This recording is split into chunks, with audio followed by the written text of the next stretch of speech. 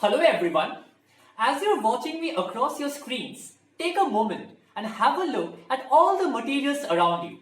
For example, the very chairs on which you're sitting right now. Now close your eyes and imagine that you have a superpower of going inside the material of the chair and entering into a world of millions of atoms and molecules. Fascinating, isn't it? It's the arrangement of these atoms and molecules in a particular fashion which gives rise to a chair, right? Now imagine if we could rearrange all these atoms and molecules and design the material of our choice to solve some of our most complicated problems. How amazing would that be? Yes, ladies and gentlemen, this is how some scientists are trying to combat one of our biggest global challenges, climate change. Now you see, the main reason behind climate change is the rising emissions of carbon dioxide or CO2. Therefore, we are trying to make new materials which can attract the CO2 molecules and capture them. Now these materials are nanomaterials. Nano, which means they are about 1 billion times smaller than your chair. So we can't see them with our naked eyes. But if we go deep inside their world, they would look something like this. So these materials are made up of atoms of several elements which are found all around us in nature, like iron, copper, zinc, etc. Now you must be thinking that how do we design such a material which is good enough to attract CO2? Well, one very effective way of doing it is by using the power of modern computers. I am talking about a field of science called molecular modeling, where we use computational models to study the behavior of atoms and molecules. For example, which atoms should we use to build our material? Copper, zinc, something else? How should we place them? At what distance and angle so that the force of attraction between our material and CO2 is maximum? All these complex calculations can be performed using computer simulations. And the advantage of this method is that we can design not just one, but millions of such materials and then predict which are the best ones for capturing CO2. Or in simple words, we can design a roadmap to search for the best materials for carbon capture so that industries can then put these materials into practice, and together we can all contribute towards making our planet a safer place for our future generations. I am Sauradeep, a researcher in this field, and all that I want to convey to you is that the clocks are ticking and we are already running late. So let's hurry up and make some materials to capture this CO2 before it captures us. Thank you. Well, thank you very much, Sauradeep. That was a great talk and a great topic. I like the topic. And I was thinking, as you were speaking, in particular the last time of your talk, I was thinking, how long is the way between your designing a material in a computer, like a computer molecule design, etc., to actual production of the material? I mean, with your computer you maybe just design whatever you wish, but then you have to really produce it, translate it into an actual molecule, being able to build it and being able to use it. So how long is this way? Yes, so this is what we are doing with computer simulation. So from an experimental point of view, testing, synthesizing a material, even for one material, can take say up to some months, say 2-3 months for one material.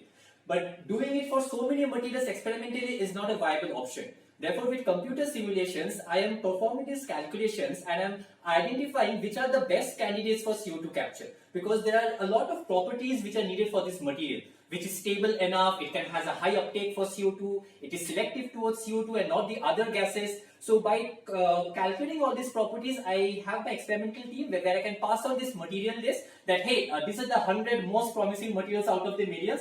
They can now then focus on synthesizing these materials the way they do, but obviously the time is now reduced from several years to maybe some months. So one material can take a few months, and then if we just focus on the promising material, it is in order of months, and our entire process is becoming far shorter.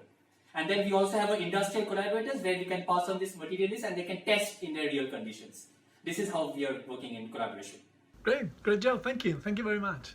That was absolutely fascinating, Sauradeep, and I've got to say my mind was just whizzing forward. So I'm a bit of a science fiction geek. I love it, and what I gathered from what you're saying is that you could almost impregnate any material with things to capture carbon. And so I wonder, like, I had visions of painting buildings with a paint with some of these materials in. But I wonder, what do you envision as the future of the technologies that come out as a result of this? As a result of designing these materials.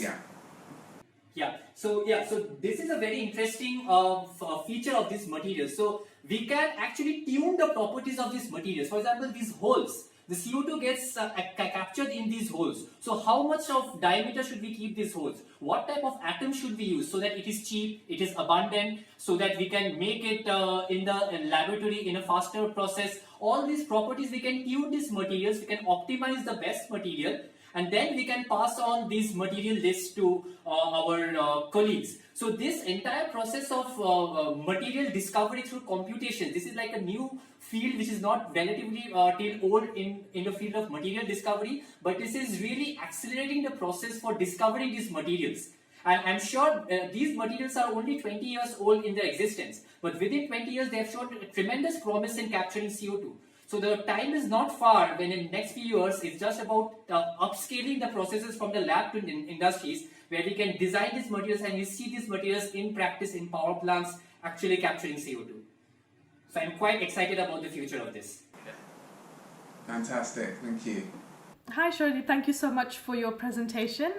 My question is, what happens once, like, say the little model that you have is now full of carbon, of CO2, what happens to the material after that? Yes, so once the CO2 is captured onto this material, we can then pull the CO2 out of it and store it underground in geological storages. So we can put this CO2 underground, and this material is now free of CO2. So we can use this material once again, and that is what we aim to do. This is another property I use when I'm selecting my materials, that for a process to be energy and cost efficient, we want this material to be reused several times. For example, if you have a material which is really good at attracting CO2, but then it does not release the CO2, it keeps it attracted towards itself, then it's not a good material, because you're not being able to reuse it, you have to throw it away. But we want to reuse this material again. So the CO2 goes underground, the material is reused again. Thank you so much, that's totally answered my question. Thank you.